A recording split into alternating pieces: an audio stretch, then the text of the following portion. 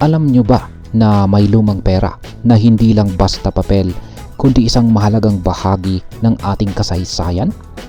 Isa sa mga pinaka-inaabangan at kinokolektang lumang pera ng Pilipinas ay ang bagong lipunan fancy solid serial na solid serial 1 na 20 peso.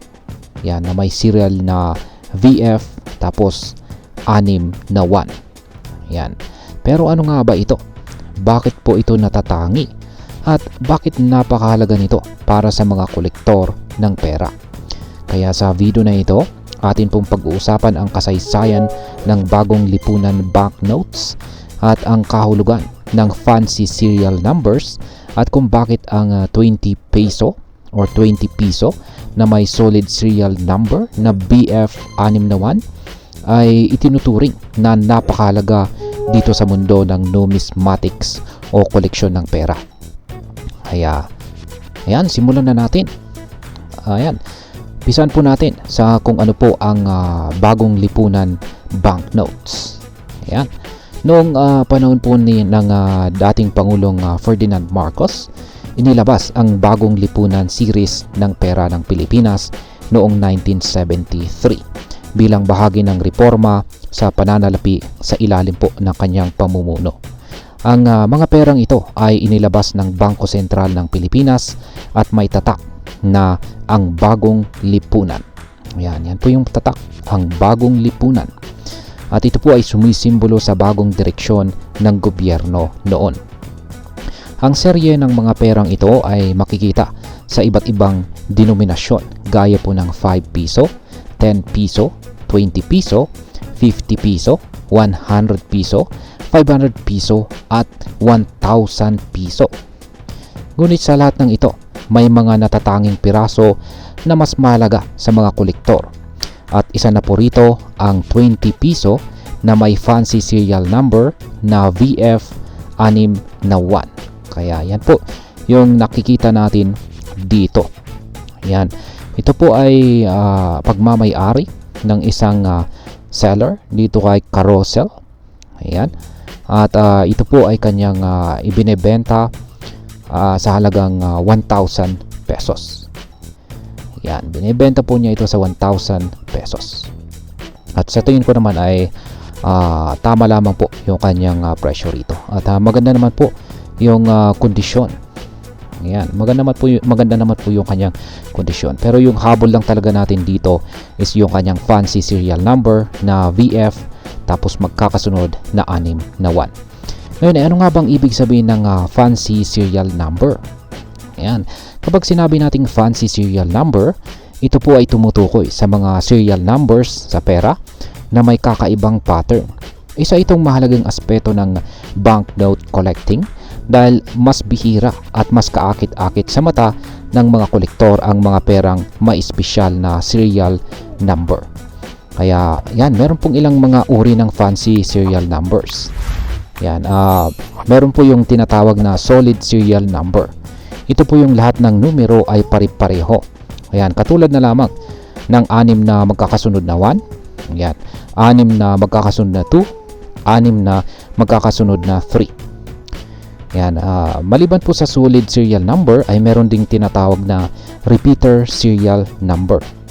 Ito naman po yung paulit-ulit ang isang set ng numero. Halimbawa ay 232323.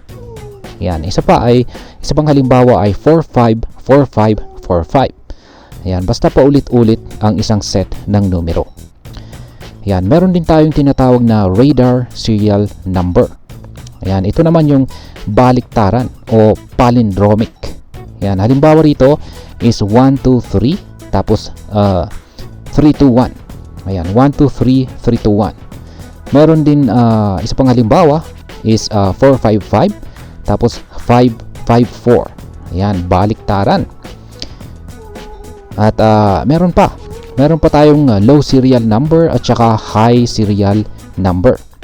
Ayan, sa low serial number ay ito po yung mga perang may serial number na nagsisimula sa 0, ayan, 5 0 na magkakasunod tapos 1 o malapit dito.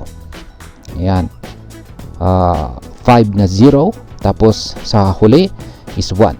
Sa high serial number naman is ito po yung mga perang may mataas na bilang tulad po ng 99999. Ayan, magkakasunod na 6 na 9. Ayan, dito.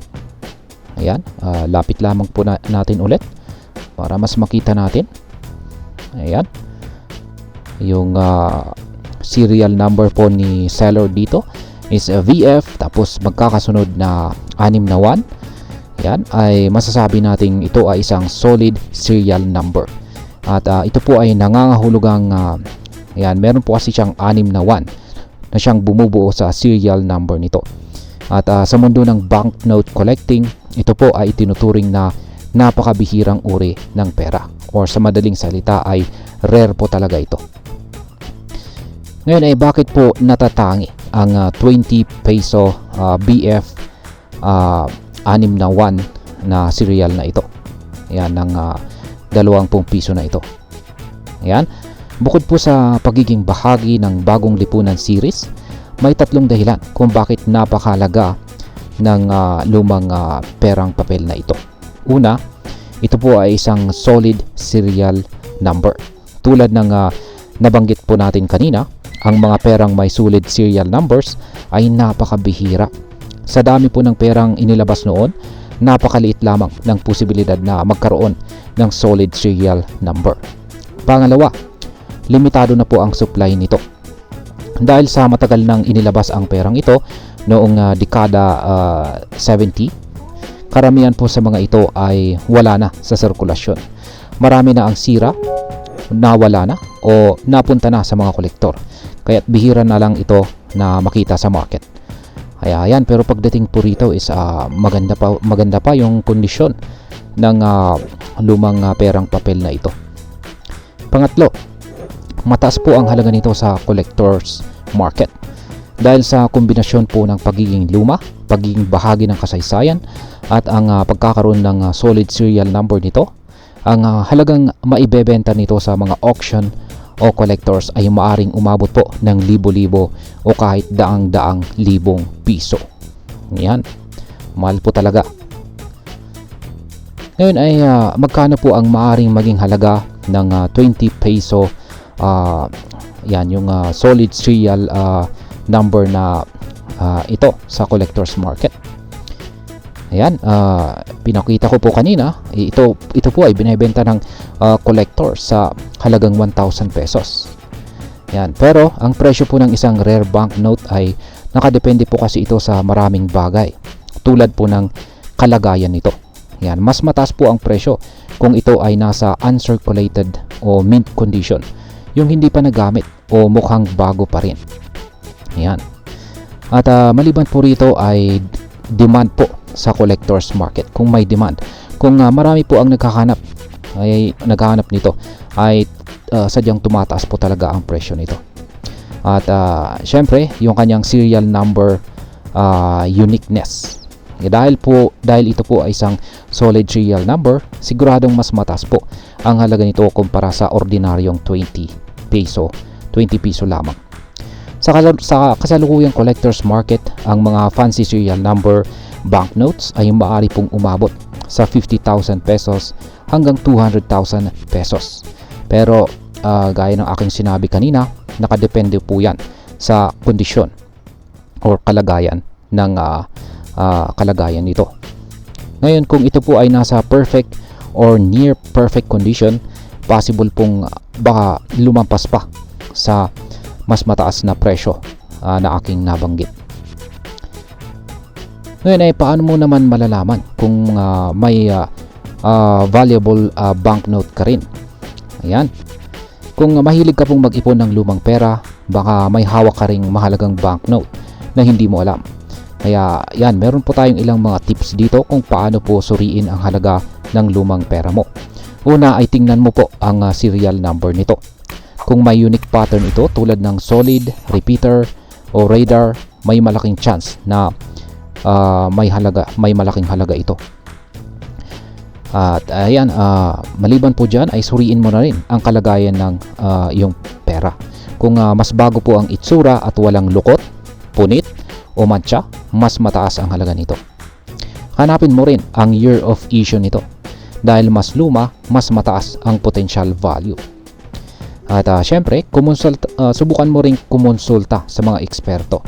Kung may rare banknote ka, pwede mong ipasuri ito sa mga numismatics groups o collectors forums.